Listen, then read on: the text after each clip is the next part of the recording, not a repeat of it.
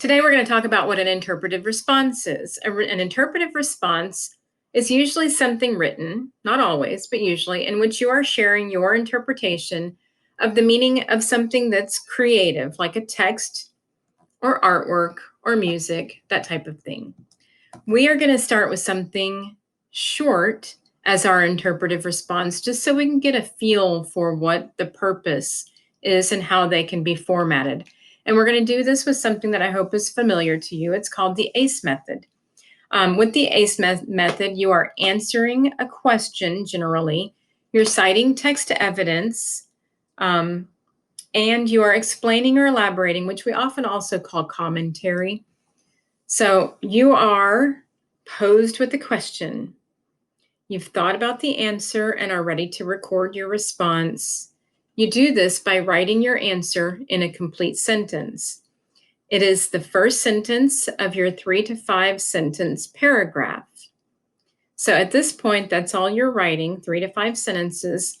As we get used to this, we will build on that and move this into something bigger than that. Right now, we're starting 3 to 5 sentences.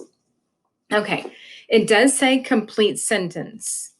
So not a complete sentence, to tell a story. We have no idea what you're talking about. So give the reader something more. Even if I'm the one giving you the question and I know what it is you're writing about, I still need for you to give me the full thing as though I have no idea what the assignment is. That's just good writing. Okay, so you want to write a complete sentence. The author's purpose is to tell the reader a story about their journey through the universe. Some of you have noticed my little side note over here. It's a little sci-fi humor.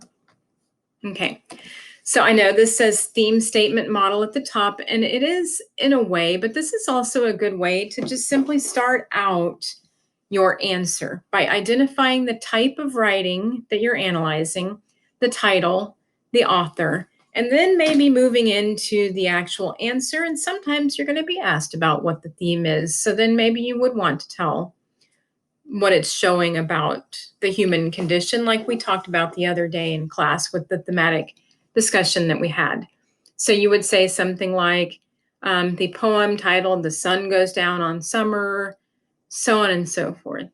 So that's just a good idea to always remember to tell what it is you're writing about. Okay, the next part is to do a citation. It isn't enough just to give an answer. So I'm not looking for a right answer. I'm looking for, and anyone that's grading or reading interpretive responses, they're not looking for, it's not math. It's not 1 + 1 = 2. Oh, you got the right answer.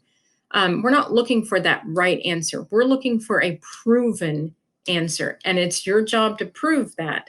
It's your job to prove that whatever interpretation you have can be seen as correct based on the inferences that you've made, based on the text evidence that you're pulling in to back up your inferences. So you do this by writing text evidence into a sentence. You make it a part of your paragraph. So it's not falling out of the sky. It's not like, oh, what's happening? And landing in the middle of your paragraph or landing at the end of your paragraph.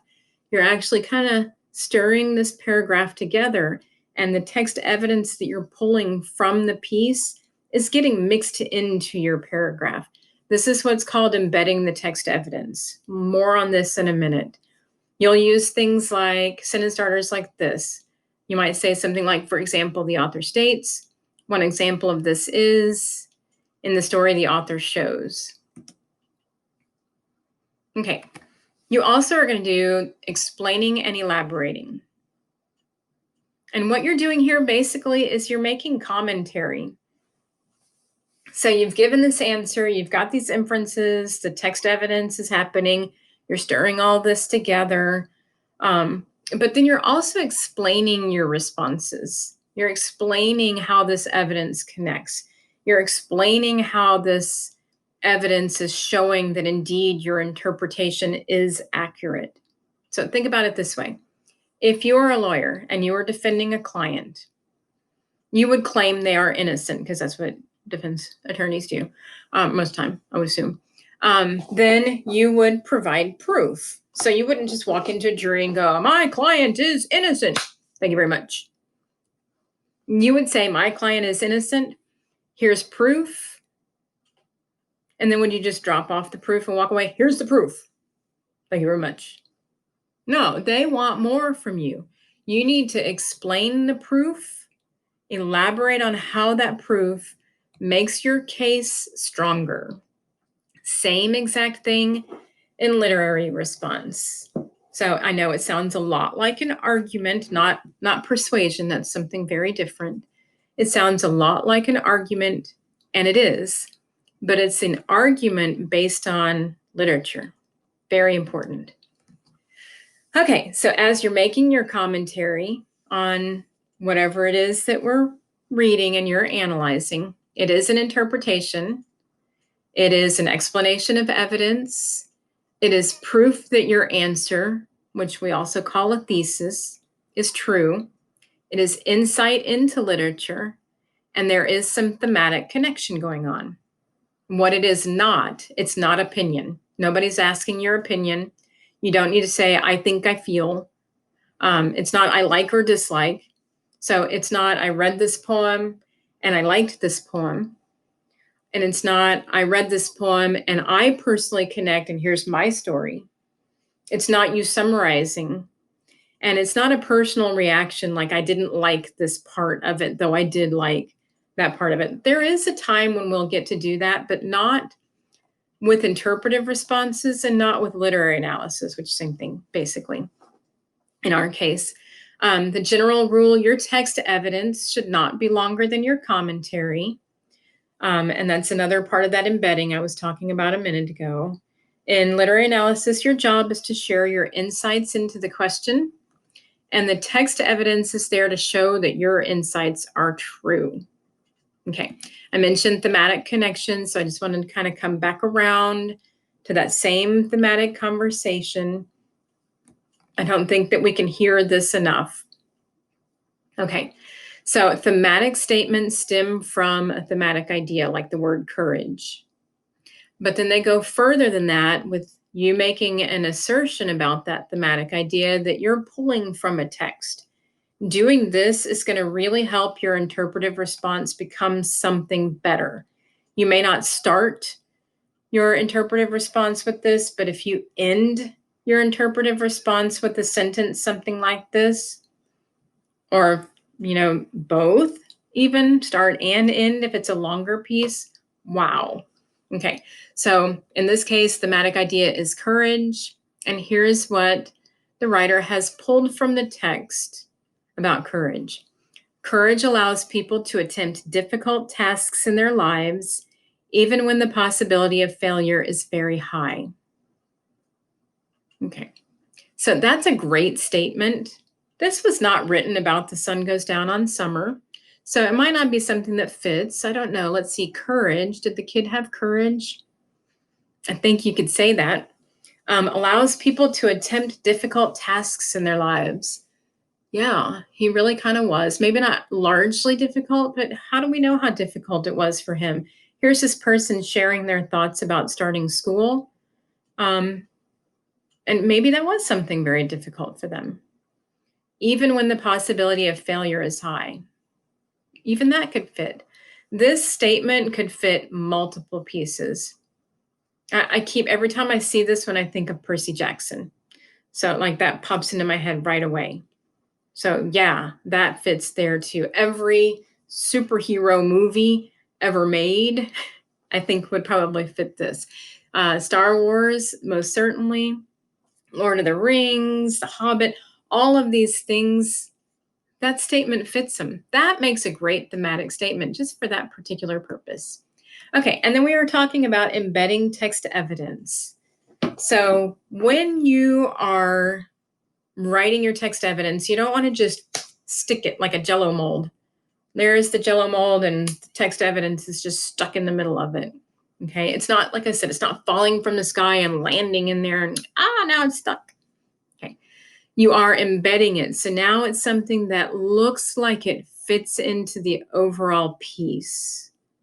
So you've taken all your thoughts, your commentary, your text evidence, and you're mixing those together to create this great piece where you're really explaining yourself and you've got this wonderful interpretation of something that you're sharing with other people.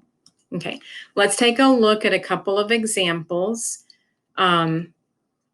These are examples where the text is embedded, and there are levels of complexity here.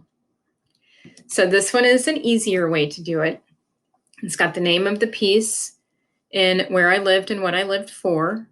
Henry David Thoreau is his name, but Thoreau states directly his purpose for going into the woods when he says that. And then you'll notice the text evidence is very long from there. So that's not a bad thing when you're first starting out, but that's why I'm calling this an easier embedment. So I used the word the phrase when he says that, and then I put my text evidence. Same idea. Thoreau suggests the consequences of making ourselves a servant to progress when he says that. And then the sentence still flows when he says that we do not ride on the railroad, it rides upon us. Okay, so the sentence itself is still a grammatically correct sentence, but the evidence is there. It's not just dropped in. It's not that Jello mold. But it's still not the best it could be, but this is a really good starting point. So if this is where you are, if you've never embedded text evidence, then this may be what you go for. And there's nothing wrong with that. Okay, so this one gets a little bit more complex. In Where I Lived and What I Lived For, Thoreau states that his retreat to the woods around Walden Pond was motivated by his desire to live deliberately and to face only the essential facts of life. So I took the words directly from the text and I swirled them into my sentence. The sentence is it's grammatically correct, but I didn't have to do some sentence starter for it. It was swirled into my thought. So now this whole sentence is my thought, with the text evidence being there as a support to my thought. Okay. Thoreau argues that people blindly accept shams and delusions as the soundest truths, while regarding reality as fabulous. Okay, again, swirled it in there. So little bits, not long pieces, mixed in with my own sentence. Okay, and that's actually pretty high level, so I say that's medium, but when you see the next slide, then you're going to see why this one's a little bit more complex. Okay, so although Thoreau drink, and notice the S in brackets, that's because I had to add that in order to make it flow with the rest of the sentence. Although, and grammatically, that's what I mean. Although Thoreau drinks at the stream of time, he can detect how shallow it is. So since I had to change the tense of this, I had to add the S in brackets to show that I changed that word.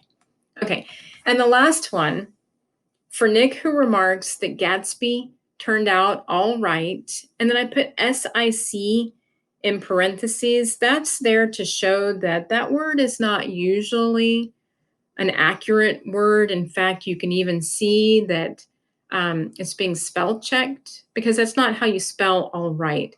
But that is how the author did, and therefore we're leaving it like that, but we're using SIC to show that we know that that's not how it's spelled, but that's exactly what the words look like in writing. Okay, so that makes it a little bit more complex also. So it's just like the medium, but with some little intricacies. All right, so this is the end of our discussion on the interpretive response. Please feel free to review any of the information left in here. Ask questions if you have them. And certainly if you didn't catch any of that theme conversation, that got kind of little deep. I didn't go into detail as much on this one, but you definitely want to review the theme video that we have already watched, and maybe even some notes on theme if you've taken any or things like that. Alrighty, thank you.